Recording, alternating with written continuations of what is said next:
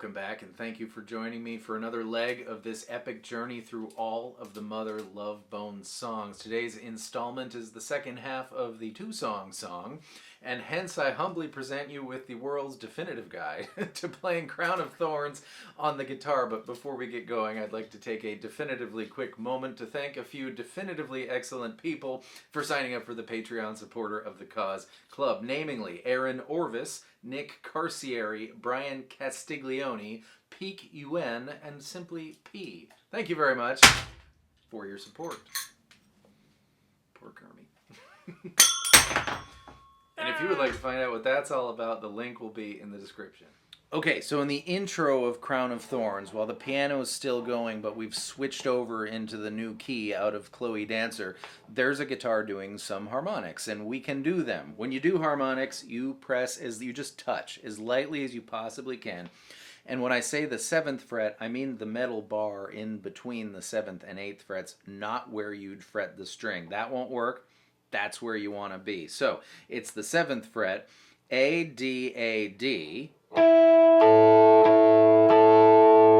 and then the G string, 5, 7, 5. Why do harmonics go down when you move up sometimes? I've got no idea. But here's the timing if I kazoo the chords.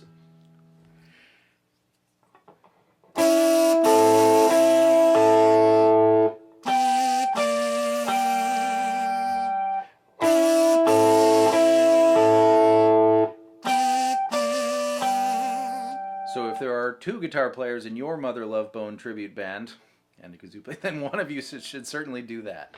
And those chords I kazooed are as follows. It's an F shape, and of course when we play F there, it's F. That's why it's called an F shape. 2 frets higher is G. 2 frets higher than that is A. And here's where we begin. But start with your pinky finger on the G string 7th fret as well. That makes this an A suspended 4.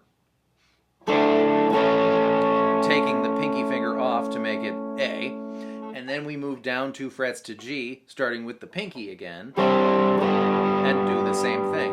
The second time is the same until you take your middle finger off at the end. That's my impression anyways. The intro is a little chiller on the guitar. We're going to play a whole G chord once we get into the verse, but you'll see. So A sus4 to A, G sus4 to G, do it again, but end with your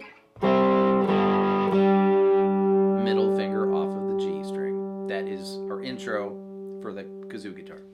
And the verse, once the singing starts, is pretty much exactly the same, except instead of just taking your middle finger off of our F-shaped G, you go to a full-blown G chord. And sometimes, or most of the time, you hear the open E string, so do not bar your baby F shape. Second time,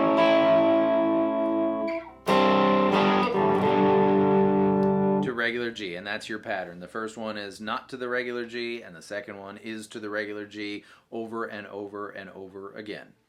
And in this attempt to bring you every single possible thing that I can hear in this song, there's an auxiliary guitar, a second guitar going on there too. And what he's doing is just plucking out a regular A suspended 2 chord. So it's A with an open B string. You pluck the D, the B, the G strings.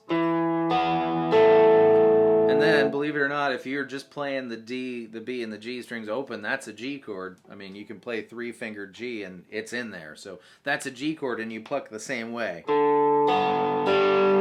that guy starts on the second syllable of these 2 syllables. So it's bum, bum, bum.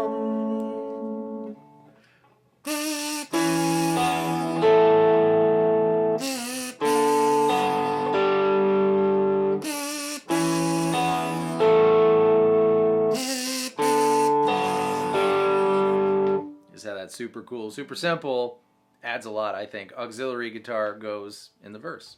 So I'm singing the chorus. It's the same A sus4 to A, G sus4 to G thing, but here's the rhythm. It's going to be, and then down to G, same exact thing. Back up to A. And and then the G is your alternating, just like in the verse. Every other time you end with the big, honest-to-goodness G chord. That's the chorus.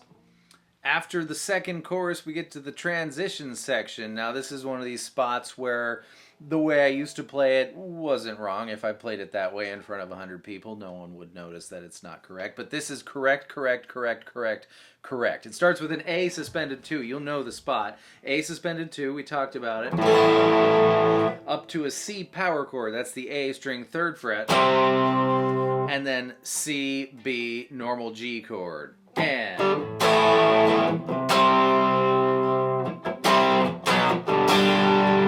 you do that over and over again until the last time. A, C, it goes C, B, D on the 5th fret of the A string, and then we're into the E minor jammy breakdown section. Like jams, not pajamas. Okay.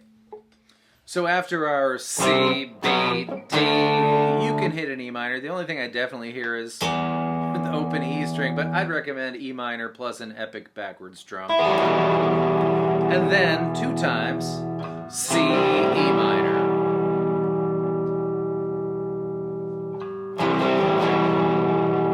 And then we are into the slidey octave section. So give it an E minor.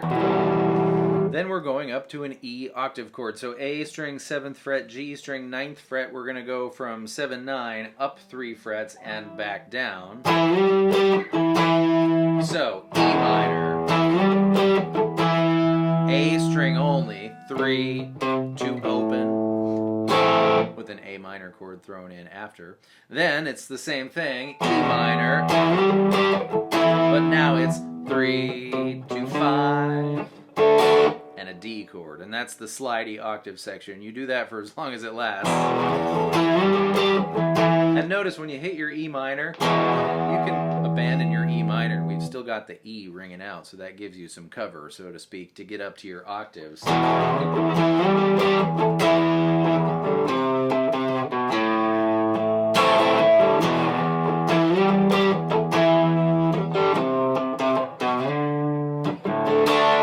That's the slidey octave section.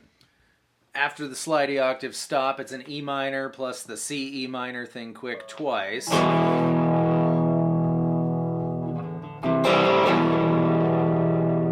more time. And then these chords kick off a key change, which I don't think I ever knew was there, especially not in my last video, which I made 8 years ago, so I hope you didn't take too much heart in what I said, but we're going to play a D power chord, a C sharp power chord, that's the 4th fret of the A string, and then it's A. So, that's when he says kick it, right? So,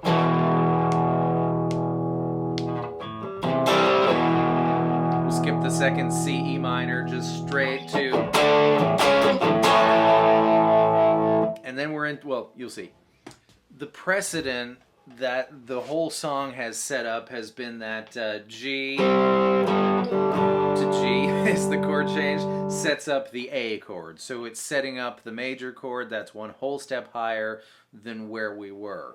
When they go C sharp D, A, it's doing the same thing. That's when the switch happened. As soon as they hit that A, they're setting up the riff that we've been talking about the whole time. But since it's bouncing off the A chord, so to speak, it's not A, it's 1 whole step higher than that. It's B, and this is the new key, and it's the same exact riff as the chorus, but 2 frets higher. So B, A, B,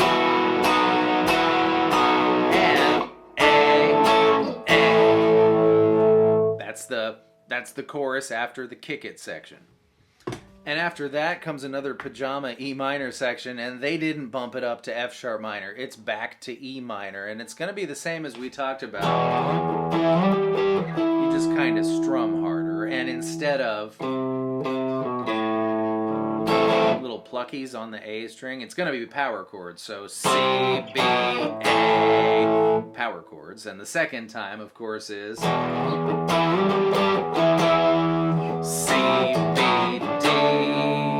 And sometimes instead of CBA, it's a G power chord sliding up to an A power chord, like this. So.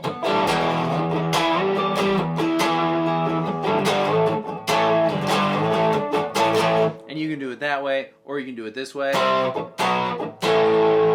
It's interchanged and there's no real pattern, but the second and the fourth, the even number times, are definitely always C, B, D, which is a wonderful chemical now that I think about it. Anywho, that is the harder hitting pajama E minor section.